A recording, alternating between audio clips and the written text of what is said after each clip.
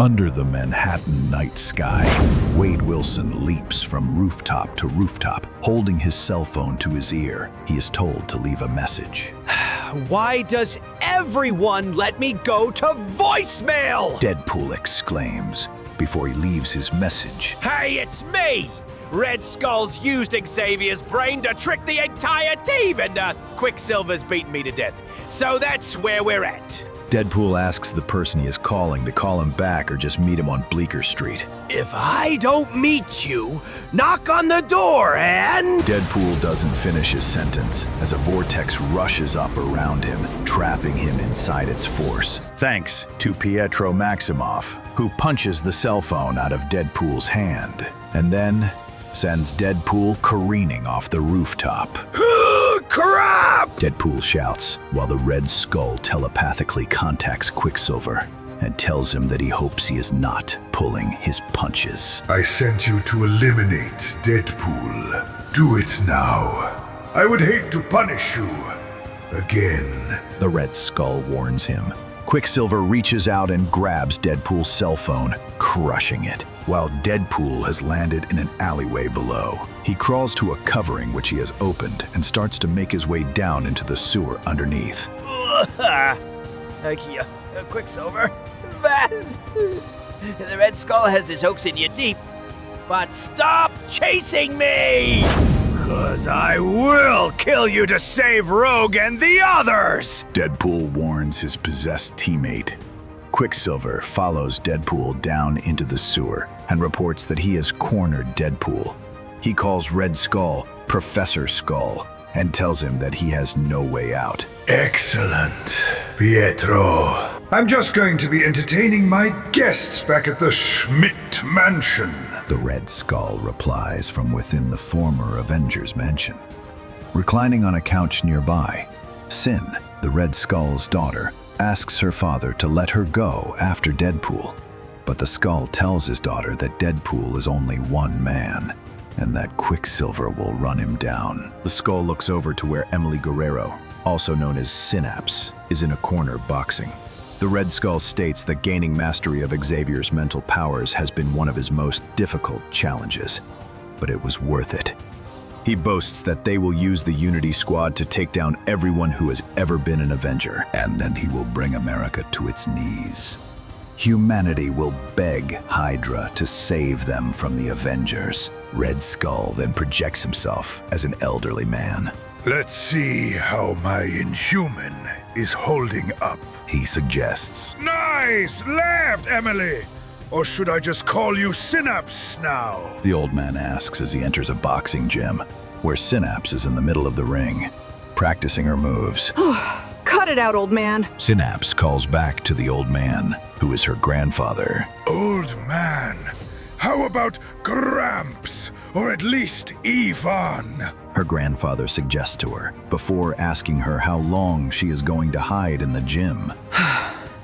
Until I know what to do. Synapse replies, glancing back at her grandfather. A short time later, Emily and her grandfather are in a grocery store, as Emily tells her grandfather that she doesn't know how Steve Rogers figured out that she was Synapse, but he knew, and he wants her on his Unity Squad. Emily reaches for some milk as she remarks that messing with the brains of street criminals and punching out muggers is one thing, but she doesn't know if she is ready to join the Avengers. You're ready to take the next step into greatness, Red Skull tells her. Later, Emily and Yvonne are in a kitchen, preparing a meal. He tells Emily that she and her team will accomplish great things. She just needs the proper guidance. As she washes something in the kitchen sink, Emily tells her grandfather that she is glad he believes in her, but that she feels like whatever happened during Terrigenesis really messed up her head. The problem isn't inside your mind, Emily. It's in your hand, he tells her as he hands the knife to Emily. Be a dear and finish cutting for me. He asks, suddenly reverts back to his true appearance as he sniffs something, and enters another room, deciding that it is time for the bargain rate Sorcerer Supreme. Daniel, is that you? Help me, brother! The hand has captured me! Dr. Voodoo calls out from where he lays on a table surrounded by candles and assorted mystical objects. Yes, brother, it's me. The Red Skull replies. Standing over the table, he remarks, I cannot help you until you see me for who I truly am. I am Daniel I am Doctor Voodoo. The Red Skull calls out as he projects himself as Voodoo's brother. The room transforms into a rancid swamp, and Jericho is trapped in a coffin that floats in the scummy water. No, that's impossible! How did this happen? I can't move. I can't feel my body. Jericho asks. Daniel looms over his brother and tells him to hush, to save his strength, as all is well. What's happened? Jericho asks. You failed, and you died, brother. Daniel replies, offering to give Jericho some more time to remember, as he forces the coffin down into the water, which spills into the coffin, and Jericho begins to drown. I know this is a dream, or a nightmare, but I can't seem to wake up, Hank. The Wasp calls out as she looks out over a sprawling nighttime city, glowing with the lights from high rises. You lied to everyone, Janet. You lied to yourself. The Red Skull, posing as Hank Pym, who looks like Ultron, replies as he steps down a staircase and moves towards the Wasp. He tells her that she lied when she told him that she loved him. Lied when she said she went looking for him. I love you, so I forgive you. Hank adds, before asking Jan if she wants to feel better, as he can bring her back to reality. She need only ask. The Wasp hangs her head and tells Hank that she needs to get out from under this darkness. Then I will free you. Hank tells her, touching her chin and holding her head up. I only need to make a few simple adjustments. After all, we're all just electricity. Hank points out as suddenly Jan's face opens. She appears to be a robot. What am I? Jan screams. Elsewhere, This is the happiest day of my life! Johnny Storm, the Human Torch, exclaims as he flies past a building where he sees the Fantastic Four. Reed! Sue! You're alive! I can't believe it! Johnny calls out to them. He drops down to the rooftop and puts his arms around Reed and Sue, while several feet away the Thing watches them, carrying Valeria and Franklin on his shoulders. Johnny, knock it off! When will you learn? Reed exclaims, trying to back away from Johnny. You have to be more careful. This keeps happening and happening. The Invisible Woman snaps. What's happening? My powers are going crazy! Johnny asks, suddenly going wide-eyed as his powers flare up and begin to burn the Invisible Woman. You keep burning us! Mr. Fantastic shouts as the flames spread across the rooftop. No! Please! The Torch cries out, while his burning sister screams. Back to reality. The Red Skull walks out into a corridor within the former Avengers Mansion and tells Sin that the Human Torch is ready. What did you say to the Inhuman? She's nearly chopped off her hand. Sin remarks while carrying a first aid kit. Try to keep her on her feet for a few hours. Red Skull laughs. I don't appreciate cleaning up your messes. Sin frowns. The Red Skull telepathically tells her to never speak to him like that, before turning his attention back to business. Now, where was I? Ah yes, the other mutant on the team. I'm hoping he may present a challenge. The Red Skull remarks, when suddenly, "Careful what you wish for, Schmidt," I called out as I appeared before the Red Skull and began to strangle him. You think you can step inside my mind, Skull? Think again, I exclaimed as I punched the Red Skull backwards, sending him careening out of the mansion. I then followed the Red Skull out to the back courtyard and announced that while the Skull has been pulling the wings off the Wasp and torturing the others, I have been solidifying my telepathic resistance. I knew you'd get around to me eventually, I added. I admitted that I don't know much about brain surgery. But how hard can it be to remove Xavier's brain from the Red Skull? Really be. I pulled a blade out of one of my pouches and plunges it into the Red Skull's head. The Red Skull collapses to the ground, and I remarked, "Looks like that did it." Bell, scan the mansion for our teammates. Bell reports that, crazy as it sounds, all she can detect is multiple avatars of the Red Skull. Suddenly, He's still here, Nate! Bell exclaims, as the Red Skull, blade in his head, stands up. I underestimated your telepathic abilities, Cable, the Red Skull remarks, before pulling the blade from his head and declares that he won't make the same mistake again.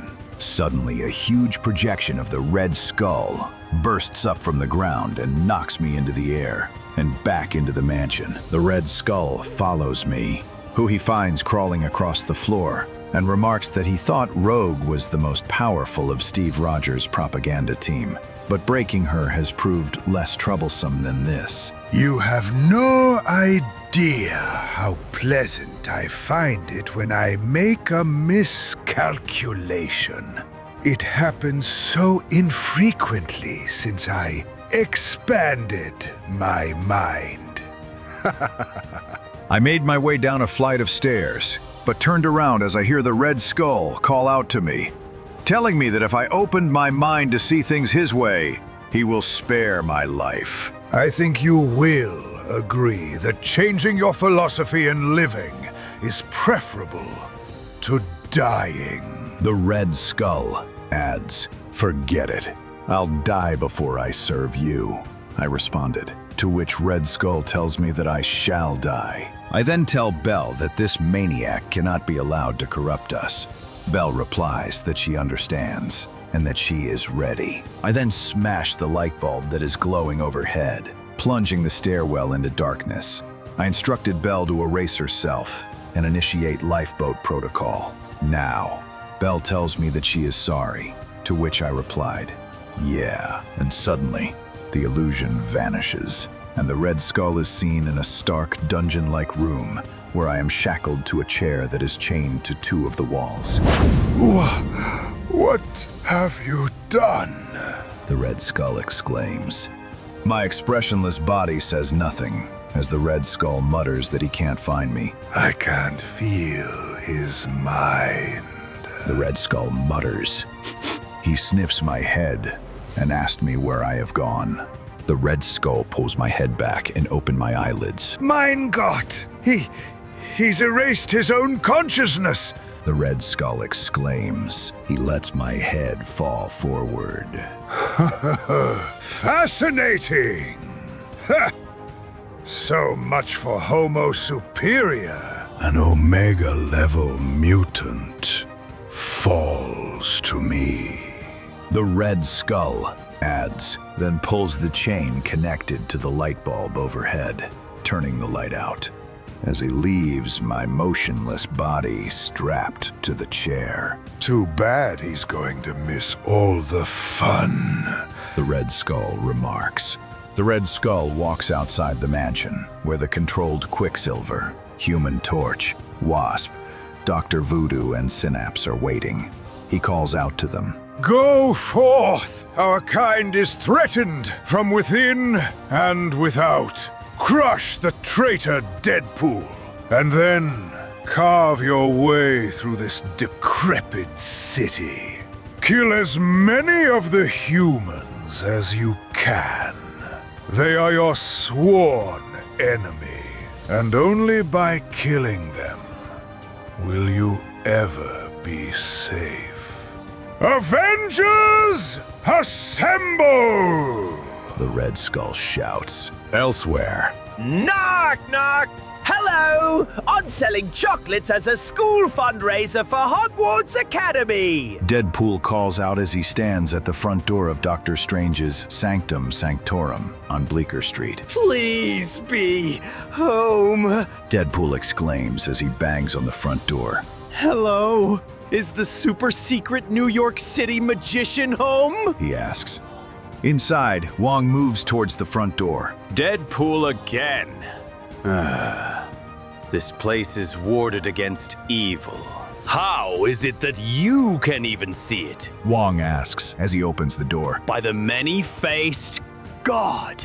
Wong gasps as Deadpool falls into the foyer, his blood-drenched body beginning to crawl along the floor. He asks Wong to let him rest a moment. Is your roommate home?